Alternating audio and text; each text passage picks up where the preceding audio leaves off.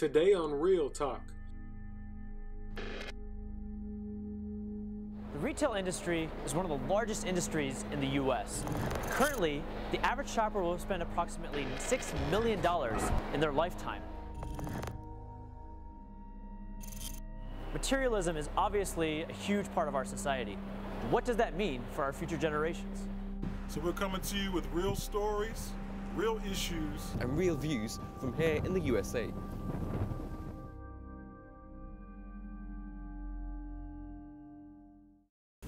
Real stories. Urban life in America, it's very diverse, fast-paced. You telling me the prayers of those people, those among our people, weren't accepted? Do you really want to monopolize salvation? This is Real Talk USA. Assalamu alaikum and welcome to another episode of Real Talk USA. This is a series that focuses on social and religious issues facing youngsters in today's fast-paced world. Today we're discussing materialism and asking ourselves, is God still in the minds of the modern Western world? How can we connect with God in our lives? And what are the factors that drive us away from faith? To answer these questions, I'm pleased to introduce our panel here today. We'll start off with Jalaluddin Abdul Latif Sahib, who is the Zayim Majlis Ansarullah of Central New Jersey. Thank you for joining us. Next we have Naseem Mahdi Sahib, who is the missionary in charge of the United States. Thank you very much. And next we have Rashid Reno Sahib, who is the president of Portland, Oregon Jamaat. Thank you. And next we have Fahim Yunus Sahib, who is the former Majlis Qadam al-Ahmadiyya president of the United States. Thank you all for joining us today. We're very pleased to have you here. We also have a small studio audience here, and who are going to help us in the discussion and making sure that we cover all the points as much as we can today. So that's our audience. But first of all, before we continue, let's take a listen to the word on the street.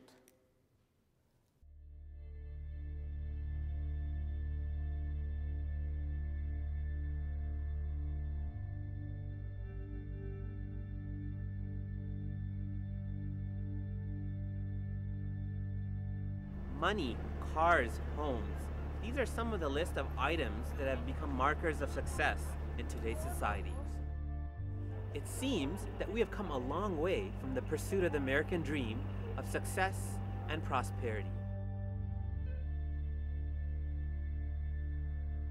In this day and age, it is becoming rather difficult to maintain a lifestyle full of material possessions. The requirement of keeping up with the Joneses is becoming more and more burdensome, especially through the advance of technology.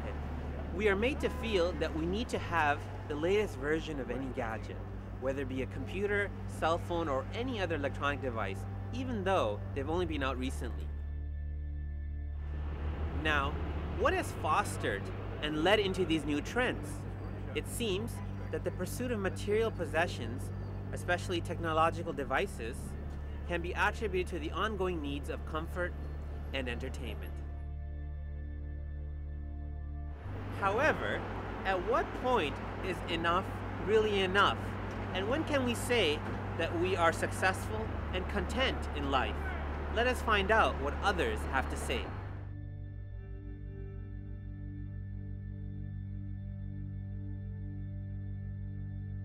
What do you need to live comfortably? Money and probably a good job that's paying you at least 6 digits. So at least 100,000 a year? Yes. Food? Maybe more money, of course. So Good. Money. No, well, it helps. But a house would be nice also, and some food and a roof and then some money, yeah. A nice place to live. Money. A lot of money. Really? A lot of money. Starbucks? Friends. Probably my family and my friends. Oh, that too, but money. Oh, no, you already said money. You need money to be comfortable, like living. Okay. But you need your family and friends to be there for you when you make all that money because you need to give it to them. Okay. So nice. And what are the things in life that would make it entertaining for you? Food. Food and travel. Music. Being able to go see live concerts. Music. I'm a music fan. I play the guitar myself. I can't live without. Ooh, the beach or the river? Justin Bieber. In my face. And you? Justin Bieber. Now, what are your 3 top possessions that you have all time? Probably my purse. And then, geez, I don't know. That's a tough one. You got one out of there. A perfect little black dress and probably a really comfortable pair of wedges that I own. My guitar, and my family.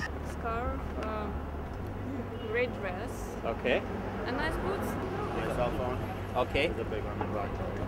There we go. My iPad is huge. iPad, okay. And no, my iPod. I want an iPad though. It's you want an iPad? Possession. Okay. And my car. Your car, okay. My home that I own. Okay. My money and investments. Okay. And my third would be my sanity. And lastly, what is your definition of success? Friends, food, and travel. There you go. And being rich and famous. No, that's a big success to have, but that's not what I consider success. Success is more, just like whatever your goals are, just achieving them. Probably just security to not be stressing about financials. If you are a good human being, be nice to everybody else, people get nice to you, and then I think you have some self-fulfillment in your life. That's enough. Good job.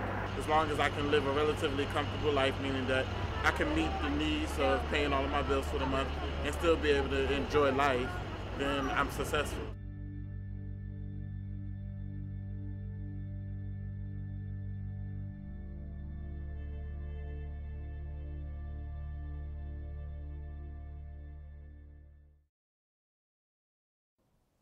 So that was the word on the street. A lot of interesting issues to talk about, so let's get started right away.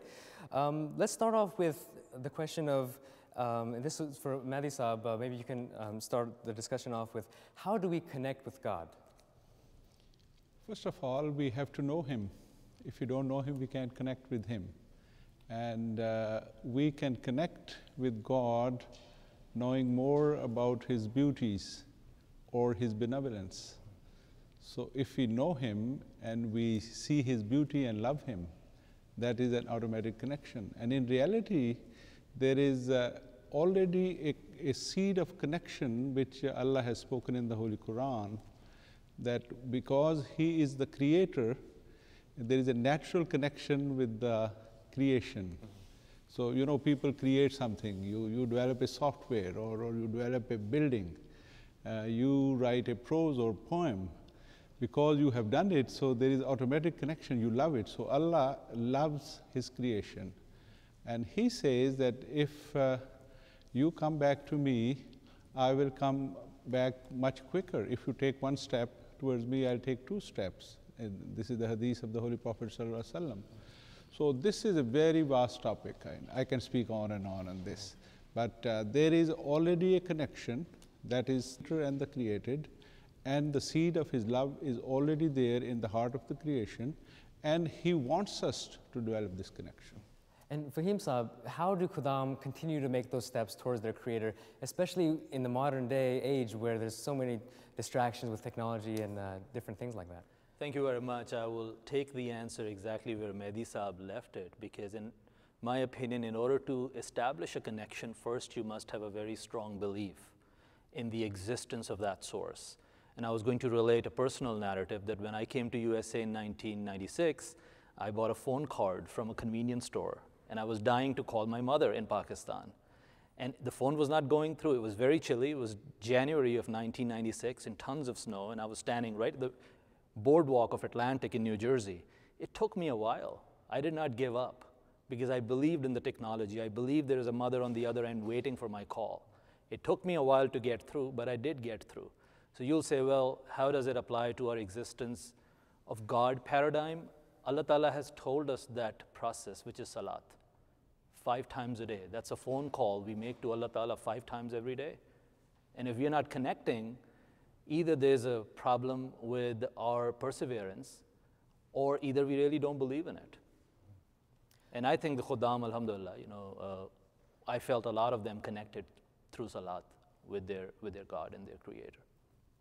Rino Saab, just to add to that, do you think it's easy to establish that connection, especially here in the culture, the American culture, just the distractions of this modern life? What do you think about that?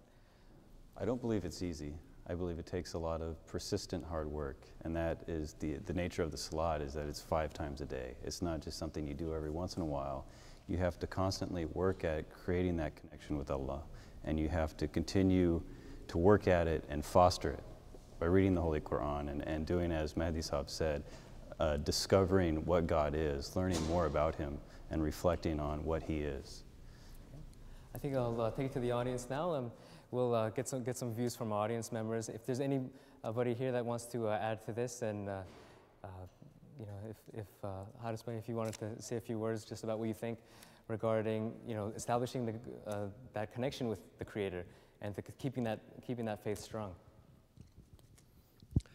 Jazakallah. I think it's a continuous struggle, especially living in this society where there are a lot of distractions out there, beginning from the morning when you go for work or to school, till the time you come back to home. There are so many places where you can fall prey to shaitan and the distractions. And one of the ways that Allah Ta'ala has taught us in the Holy Quran is zikr ilahi. So during the prayers, if we keep zikr ilahi in our minds, that continues the chain of that connection between the prayers as well. So that's one of the ways our youth can benefit from the teachings that are provided to us. Okay. And just continuing on that point, you mentioned you know, that it is a bit difficult you know, to keep that strong. Maybe just to hear more about that, if we can get your comment about, you know, distractions. You know, give us some examples of distractions that you think might come into play when it comes to, you know, keeping that strong. Gee, I think I mean I agree with distractions. Basically, like if you skip your Fajr namaz in the morning, I think it's like a step, like just like you brush your teeth every morning, you have to do like your prayers. It's like a step. It's part of your life. You have to make sure that you do namaz daily, and skipping it, that's what causes distractions. You won't be focused. It's like you're studying for a test, and if you don't know the answers to a test, you didn't prepare yourself for it. So you're getting distracted by other things in the classroom. You're not paying attention. So I think it's like you have to just remember to do your prayers every day. You know, I'll take it to the panel. That's a great point that you brought up regarding getting up for Fajr, you know. For those people that think there's no time for religion. You know, I have a busy life. I have to go out and, you know, I got to go to school. I got to go to work. I got to, you know, make sure I know the latest statistics to my favorite basketball team. You know, I got to do all this research. You know, why, you know, for those people that are maybe skipping their prayers or not giving the attention that should be there for religion, you know, to the whole panel, any of you that wanted to kind of comment on that about, you know, why is it important? You know, what are the humans? Humans are body and soul, and we nourish our body 4 or 5 times a day. We eat, and we have to sustain our body, and we have to eat something, and we have to stay healthy and you know, energetic. And sometimes I see the children who are planning to go to Harvard Law School, or they want to become doctors, and they spend 18 hours a day and learning and you know, working very hard and doing all the stuff. And how it is possible that we don't take care of our soul, which is, you know, the real thing which is going to live even after our death, and that is the way how to connect with God.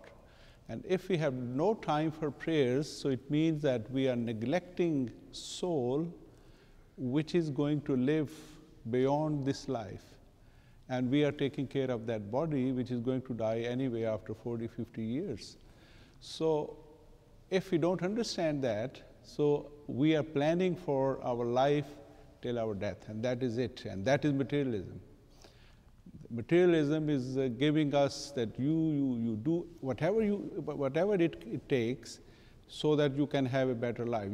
So that you can make more money, and you can plan your life. You can plan even your burial with a golden casket, and that's it.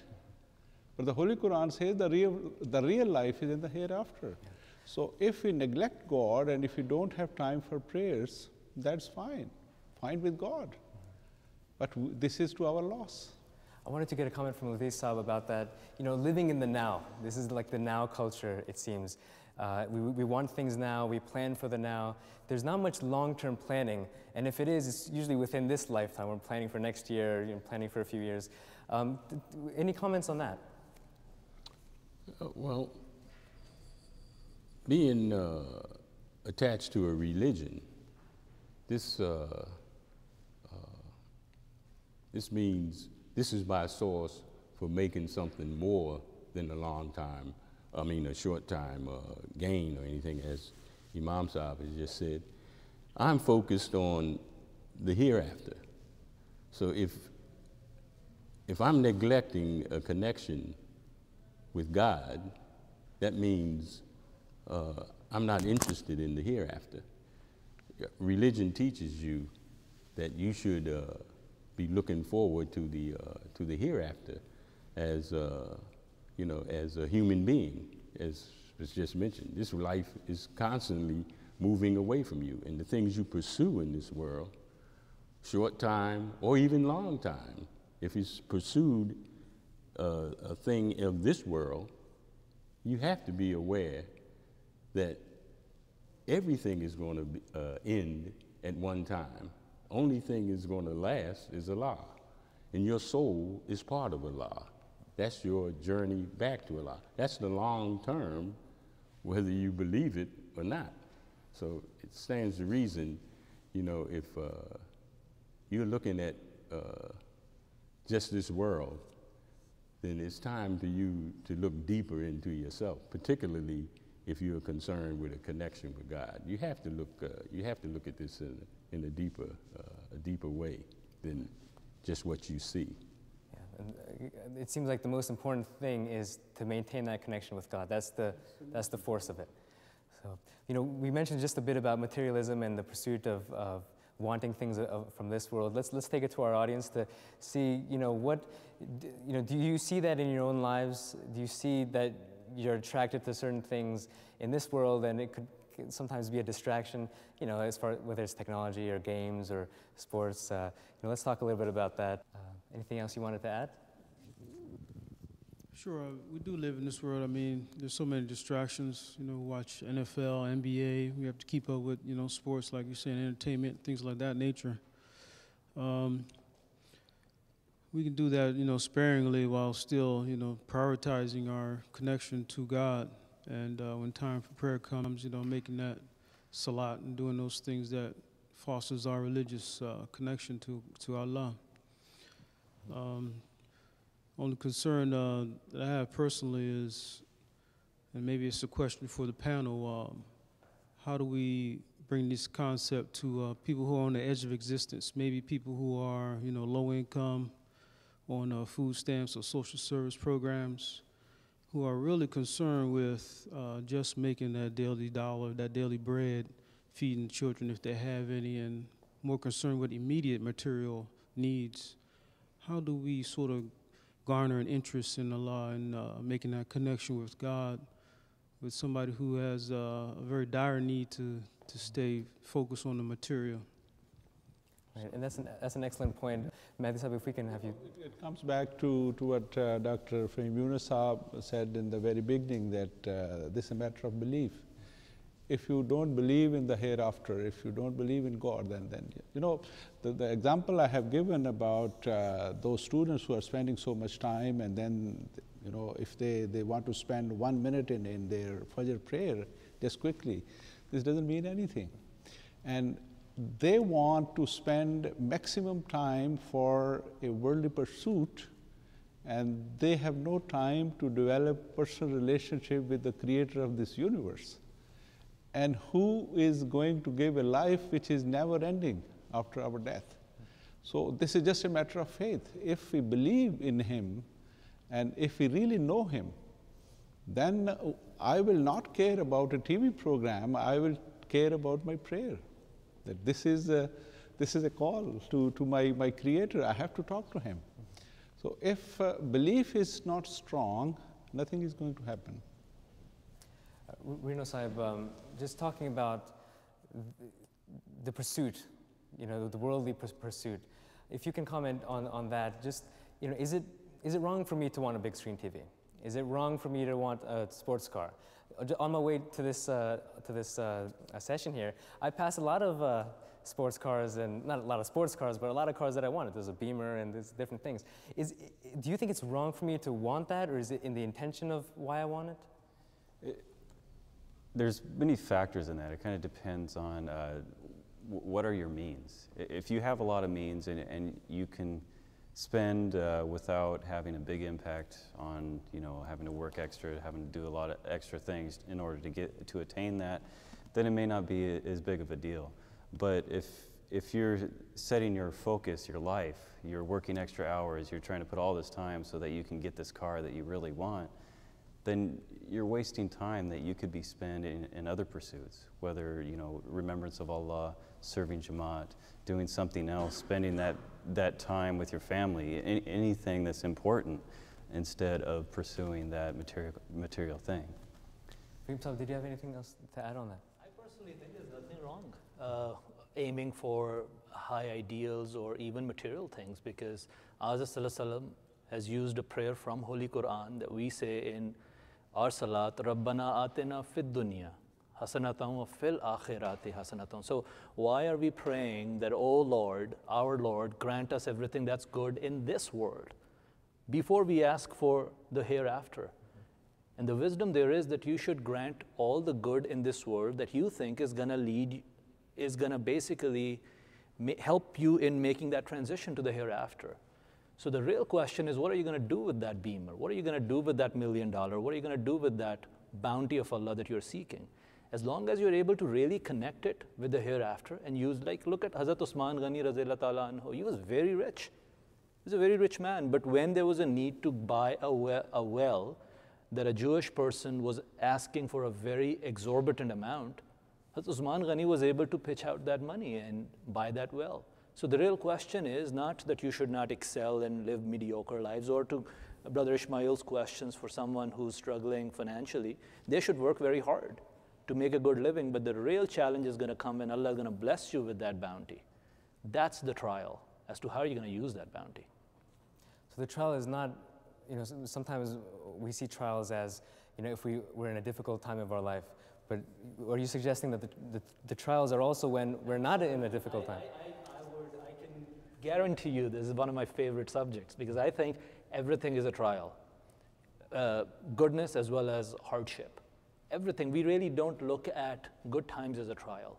They are sometimes a bigger trial of a believer as to how thankful you are to Allah's bounty. We're talking about materialism. Let's maybe get more of a definition. Mr. Latif Saab, how would you define materialism? You know, I was just thinking, listening to the comments on this, and I would define materialism as that pertaining to this world. And this brings to mind a friend of mine, non-Muslim, but we grew up together in very humble surroundings, and this person quit school in junior year in high school, and I went on to graduate, and he pursued, you know, I would say the materialism. And just as these people were talking about, he moved away and got into auto mechanics, went into heavy equipment operation, and got into business. And eventually, to make a long story short, he became a millionaire. It's one of my best friends. And did you get some of that money? No, I had great advantages. I went fishing on his boat in Florida, caught a great big grouper. You know, he's given me motorcycles, you know, different things. And I talked to him about religion. I've given him books and everything. And he's pursuing, you know, materialism. I mean, he's bought the big cars, the sport cars, and the whole thing, 3 homes and all of this. And I spoke to him about religion, and he told me he doesn't have any use for this now. And we all know, Allah has already said, you pursue the world, and this is for the people who wonder why somebody who is irreligious has all these things. Like, look at America, the big buildings and all of these kind of fancy streets and things like this. And you see materialism, and people are judging their success by their materialism. And this is what happens in America. He had no time for religion because he's short-sighted and he's not looking at the long goal. And Allah says, you want the world, and you pursue the world, and he will give you the world, and you will lose the hereafter. And the hereafter is much more a reward than what this world is. Say, you know, this is something you never seen. This is, you can't imagine what this is. But a person who's in pursuit of these things and is getting caught up in the materialism, the things of the world, his focus is short-sighted. He can't see. And this friend of mine, he's a good person, gives to charity, helps his family, you know, his extended family and everything. But he said he had no time for religion. So if this is the case, he's not going to get a connection with God. Let's take that to our audience. You made a lot of great comments, and you know, especially regarding planning for the long term, you know, planning for the hereafter.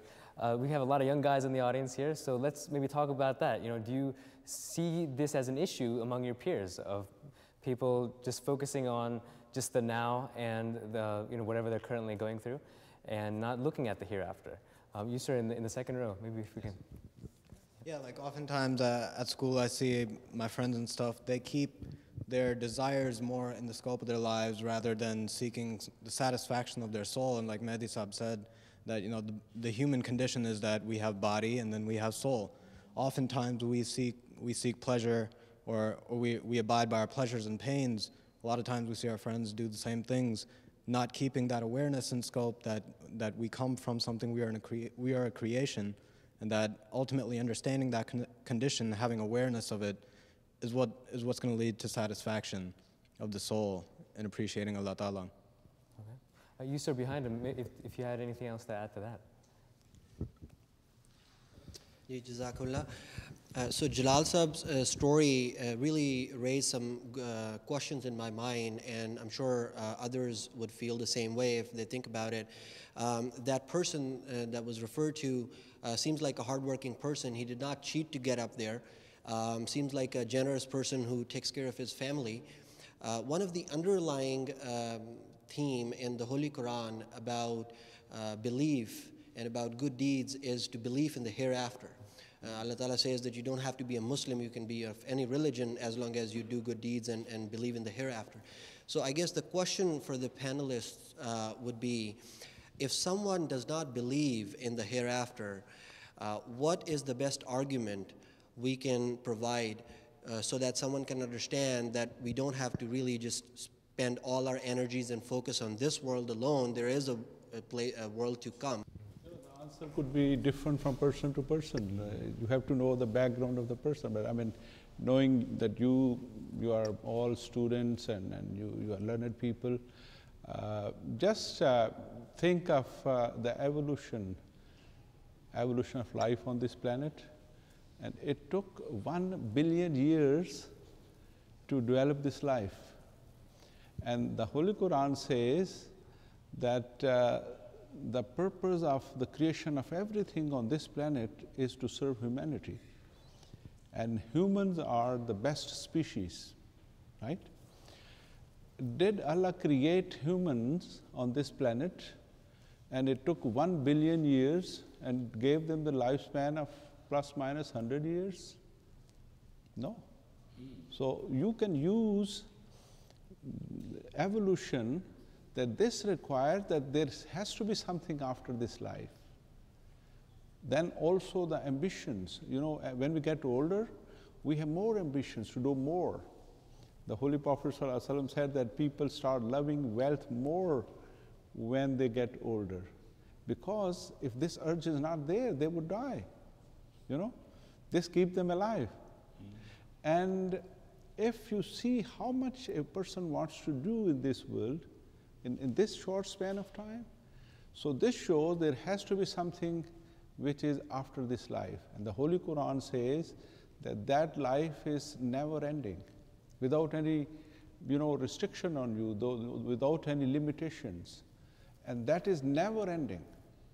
So 1 billion years of evolution, the life on this planet, and this short span of time is to prepare ourselves by following the law of the Holy Quran, or by law given by God through different prophets, and develop a spiritual personality so that when we go to a different dimensions, we'll be able to know what is going on there. So this is a very strong argument which can be given, that it is not possible that after this long evolution, the lifespan is so short. Thank you for those comments. We do have to take a short break, but when we come back, we're going to talk about a Pew survey that was taken recently of the American general public, and there was a focus on religious knowledge. Questions such as who led the exodus of the Jews out of Egypt, which religion was nirvana important. There wasn't much of a Muslim audience for that survey, so what we did was we took a short sample here of our studio audience, and we'll have that when we come back. Stay tuned. An interlingual channel promoting interfaith dialogue, worldwide, live and interactive, on satellite television and the internet. This is MTA International.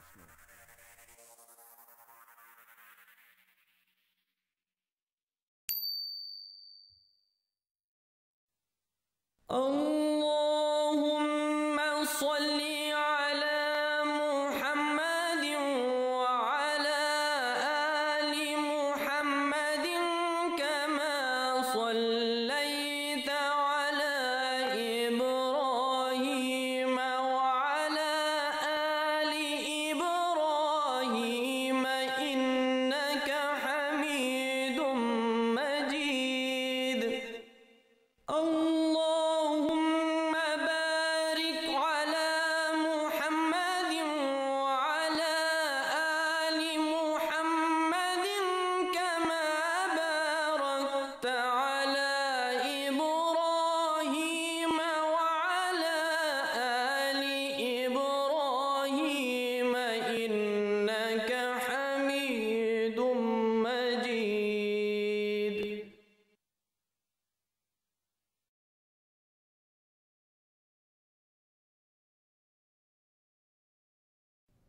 Assalamu alaikum and welcome back to this episode of Real Talk USA. Today we're talking about materialism and the existence of God. Before the break, we talked a little bit about the Pew survey, which was taken recently in the United States, and there was a focus on religion, the religious knowledge, if you will. We also took this survey, the same questions, and we focused it on our studio audience. So, just your reaction about this survey that you just took. Were the questions hard? Were they easy? Kind of tell us a little bit about that. What was your hardest question? Let's say. I can't remember too particularly what was the hardest question. They relatively weren't necessarily that hard, but I guess when somebody tell you you're going to take a test on it and just see what you know, you kind of overanalyze it. So when we answered it, some of the things like your first natural reaction, you thought, I should pick this answer, but when you overanalyze it, you end up choosing the wrong one. So you kind of psych yourself out, but it seemed like common knowledge, so it wasn't necessarily that hard. Great, yeah. So. And the gentleman next to you, give us your reaction about the quiz. Yeah, as I said, we weren't given a warning that we're going to take the quiz, but yeah, it was so-and-so. Some of the questions about Islam, we got it right, but the other questions were kind of tough, and yeah, I got a couple of them wrong. Yeah, and we did tally up the results of the quiz that was given out to our studio audience.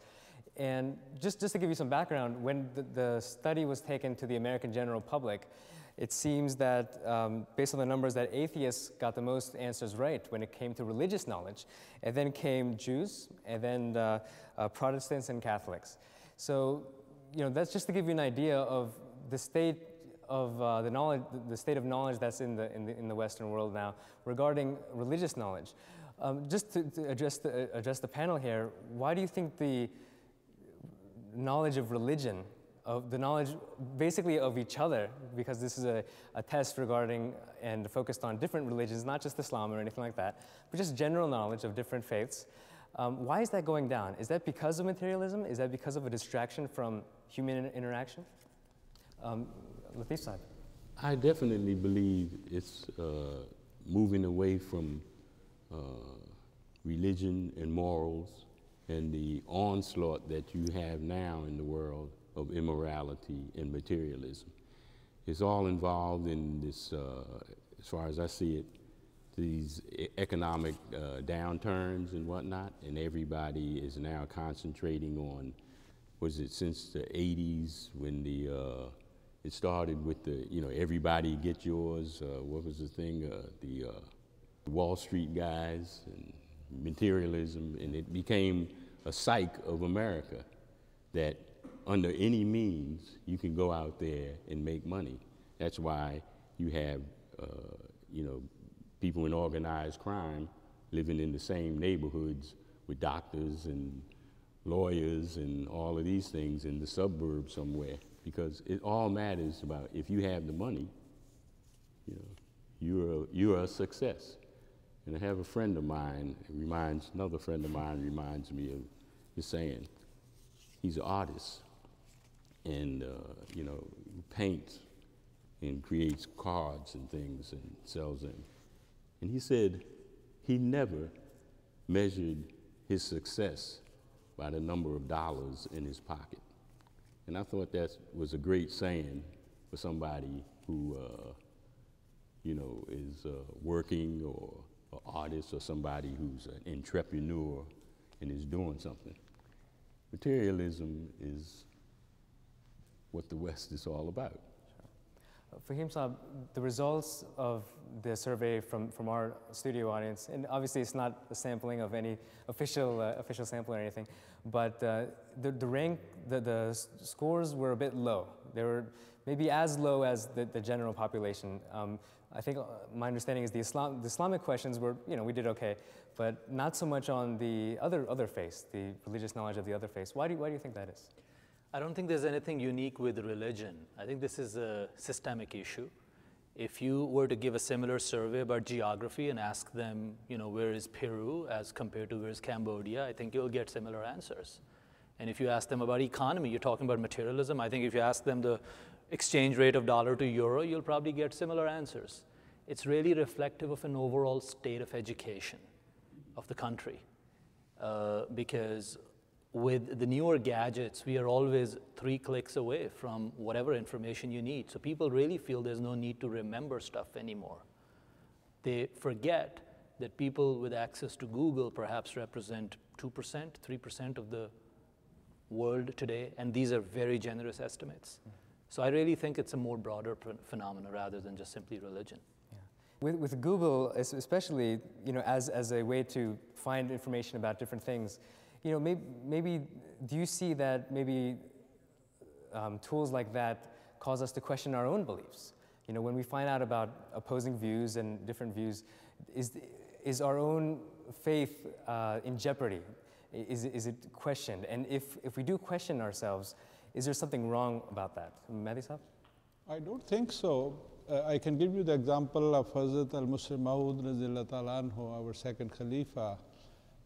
He said that when I was grown up enough, I raised this question, am I an Ahmadi because I'm the son of the Prophet Messiah, or I really believe in him?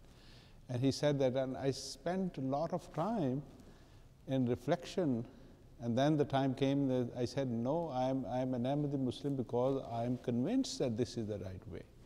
So questioning faith, but if it is properly done, it is good, because if you question, then you will search for the answer, and then you will have satisfaction. If you don't question, then it is a sort of I don't care attitude, and which is not productive. Rina Saab, did you have anything to add to that? I think it's only detrimental to your faith if your faith is weak. and that if you don't have a true belief in God. That's the only time. But for me, one of the things that brought me to Islam was the fact that it's a very rational religion, you know, and the lack of the conflict between religion and science in Islam was something that was really attractive to me. So it's not something for me that has any particular problem. And science might be one of the things that may be driving people away from faith. Fahim Saab, did you have any comment on that? Again, I believe science is morally neutral. You know, I love science. I have no problem with science. And I think even to the point of comparative religions, how are you going to do tabligh otherwise? That's a reality which is in our face. Whether we like it or not, we have to go through comparative religions. And imagine if you're out there buying Levi's jeans for yourself and someone said, I just bought one for $10, which is just like yours, and you spent $30 on it. Chances are the guy who's selling it for $30 isn't going to be in business. There's no way that you can cheat, quote unquote, in this spiritual environment. So may the best team win. The point really is we believe and we prove with experience that Islam gives you that rational need for your soul. It gives you the best product, so to say, at the best price, at a convenient location. That's going to serve you for the rest of life. That's what Islam is. And I think, yes, in that process, some people will go out and buy jeans for $30, but guess what? It's only till the time that they realize that they've been ripped off. And then they're going to come back to the same shop.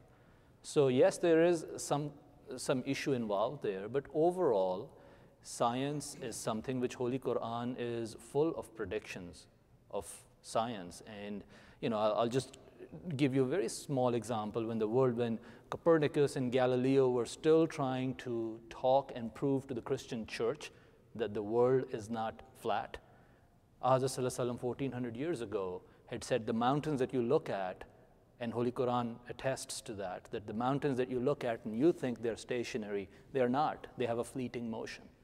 Imagine the product you have in Islam and Ahmadiyyat and the understanding. So I really think we have everything to gain and nothing to lose by going on the scientific platform and say, you know, absolutely, we would love to have a conversation about Islam and science or religion and science. I think this is a very important point because other religions like Christianity, they have opposed science and this kind of questioning and raising question whether it is rational or not, or checking everything on the criterion of rationality.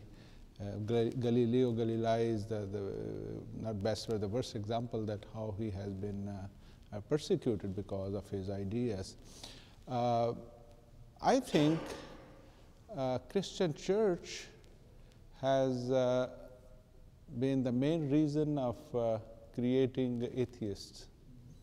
Because if you are a thinker, if you are a research scholar, if you have this you know, curiosity to know more and you are asking questions, you could not be a Christian. So they pushed people outside the pale of Christianity. Islam is the only religion which has promoted science. You open any page of the Holy Quran, you say, why don't you reflect? Why don't you ponder on the creation of the universe? You will not see any disparity in the creation of God. Again and again, promotion of knowledge. And this is the only religion is Islam. And unfortunately, Christianity, as I said, has created more atheists than perhaps believers.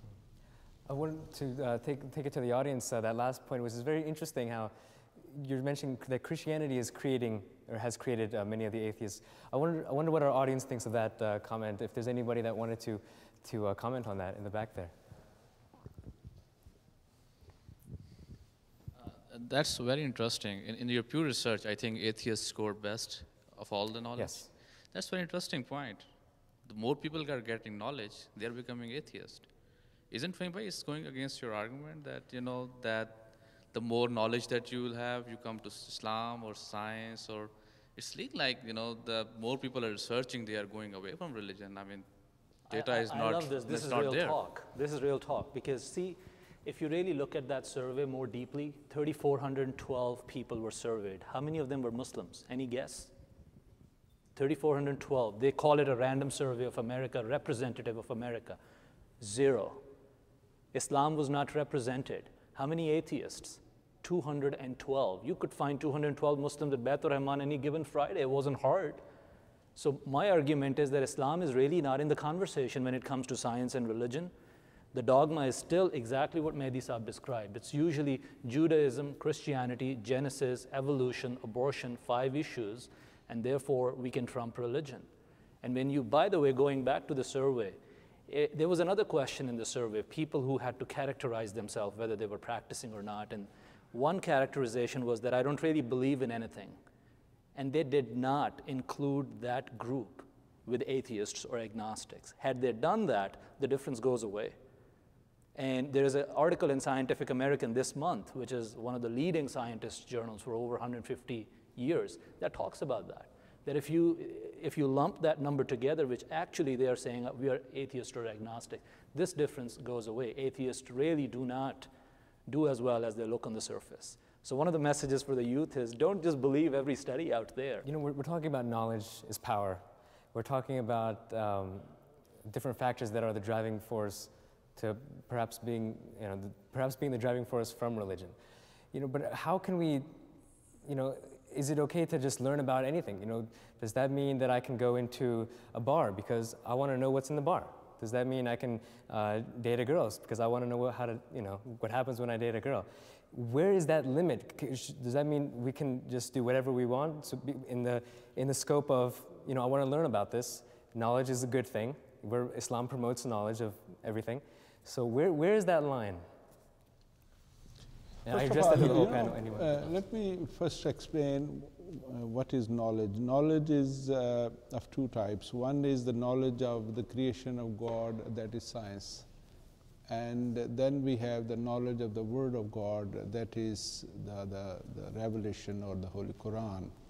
So both these knowledges have to be in complete harmony, because God cannot speak and say something in His Word which is totally opposite to what He has created.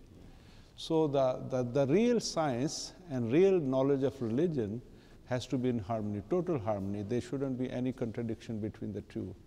Now, the limits, in that Word of God, there are limits. And God says that there should be moderation in everything, and you cannot cross the boundaries. And He uses the word boundaries. So there are boundaries put by God Himself, and we should not cross those boundaries. And anyone else wanted to add to that? Just like Mehdi Saab said, I really think, with all due respect, that question is like cheating yourself. Because we don't experience everything in life. We take a lot of things that are told to us, and we believe, and we accept. We don't jump out of the 20th story of a building just to test it out. We don't try to experience fire. We know it's going to cause harm. So I really think that question, and yes, those questions come to mind, but they're planted. I think that's the waswasa that shaitan puts in our head, that you have the freedom. It's not about freedom, it's about cheating ourselves. I know better. I know the consequence of that action, but I'm being tempted, and I'm just trying to rationalize it. So sooner or later, you're going to find that contradiction, and it's going to be hard to face yourself in the mirror. And it seems like the youth are the prime target for advertising. And there's a lot of these images in advertising. You've got the beer commercials, you got the, Super Bowl, the main commercials in the Super Bowl, which everybody watches, are, planted with all these messages, these images of happiness. Whether it's superficial happiness or artificial, it looks pretty good. It looks like these people in the imagery are having a lot of fun. They're happy. So I wanted to first take it to the audience and kind of to gauge their experience with being the recipient, being the target of these this bombardment of images. You got TV advertising, you got radio advertising, billboards, music, all of these things. Maybe give us some examples that you've experienced or that you see your friends involved with. I'll make a point on the television and advertising some of these things, and my general feeling in my own experience is that there's a time, at least as I experienced it, that you become numb to it. You know, just the constant bombardment. It's almost as if if you ignore it, then you will become numb to it. And once you are out of it, once you actually become aware that was targeted towards you, you were the recipient, you were being fooled in a way, then you realize that there was such a concerted effort. So the advertisement, and specifically the advertisement and television shows, I think it's a matter of awareness, as one of the panelists is also talking about, that you have to be really aware that this is targeted towards you. This is there to cheat you. It's there to sell you something for $30. It's not really real.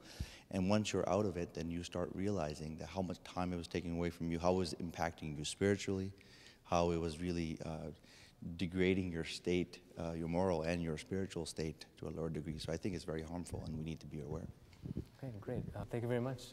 We are running a bit out of time, so we're going to wrap up here. But first, I wanted to get some closing remarks from the audience. Just anything that you wanted to mention, something that you might have learned from this discussion that you wanted to add? One of the things that is normally thrown out from the people who don't believe in the religion is that we are educated, we have knowledge over time. As Melissa mentioned, evolution of mind has happened. So the human mind and the human intellect is at a level where they can now claim that we know what morality is, or in general we have an idea what a moral society looks like. So why do we need a religion then? And Fahim, if you can actually hold that thought for your closing remarks and just incorporate it in that. I just wanted to get some other views from the audience first. Yep, go ahead. I think it comes down to looking at history and how things have changed over time drastically. But you've noticed that one thing that's always been there, religion and God. So that kind of gives you that trust in God that you need to just like Matthew Saab said earlier about knowing the beauties of God. That gives you the trust in God that even though all this is around you, you have God. And I want to thank our audience for being an active part of this discussion. I did want to bring it back to the panel for your closing remarks. And in your closing remarks, if you can also talk about, just to kind of reiterate the seeking of pleasure in this world and seeking pleasure from outside this world. The importance of both and how to balance both, and talk about those topics. So Latif Saab, we'll start with you and for your closing remarks. I think if you believe in God and believe that man has a duty to God and a duty to mankind, and you live your life accordingly, you will have lived a good life, and you'll go to the hereafter and get your reward from your Allah. If you do not believe in God and you pursue this world, what is the difference between the life you led and the life that I led? We both enjoyed this life, and it's just that in the hereafter, you will be the loser, and I can hope for the mercy of God. Thank you very much. Madison? The Prophet Messiah Islam has said that you must pray in your own mother tongue. So when you do your salat in sajda, you should pray to God and in your mother tongue after the Arabic usual prayers, and try to connect with Him and ask Him and talk to Him as you talk to other people. Talk to Him, and once you have seen the acceptance of your first prayer, and then you will see the second and the third one, all these matters will be resolved and solved. Because you would say, I know God, I don't need any argument. I can face atheists and tell them that I have experienced Him, He listens to my prayers. And then you feel that power, which should not take us to any arrogance, that God is with me and He is going to take care of me at every step of my life. Thank you. Yunusan? I think as we go through our lives and we buy the things that we like, we pursue the things that we want to have in our life, we got to keep in mind the point when we have stepped too far and become too materialistic, and when we have kept that in check, And I think the point is when you get to the point where you desire something so much that you feel like you can't live without it, like you have to have it. And that's when you've gone too far and you've desired it too much. I believe the Holy Quran has given us a remedy for fighting off the desires of materialism, and that is in the form of financial sacrifice.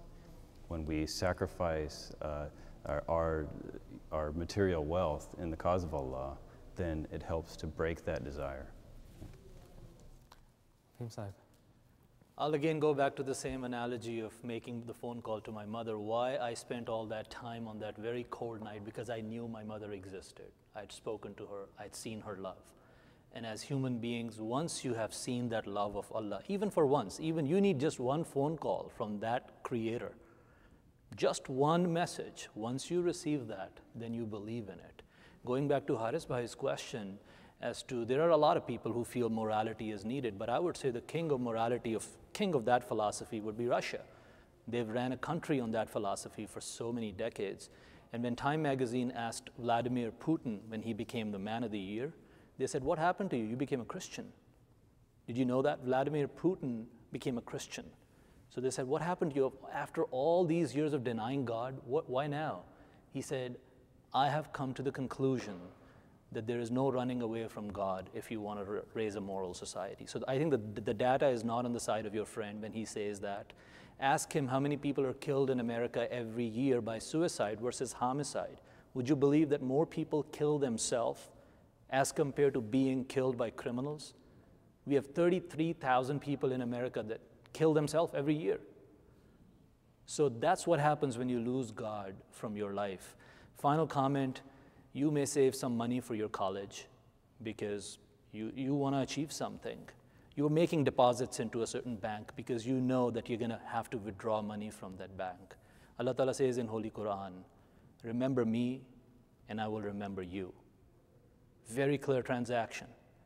It's to your own benefit. You're going to need that withdrawal one day in your life, not in the far future.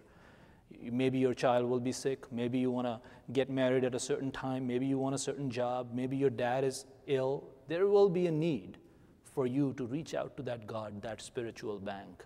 And if you have not made those 5 daily deposits that I call salat, your check's going to bounce, and you're not going to like it. Again, I want to thank both our audience and our panel for a great, lively, and active discussion. You can email us at realtalk@mta.tv or follow us on Twitter at @MTA_realtalk. This was Real Talk. We looked at social and religious issues that our youth face today.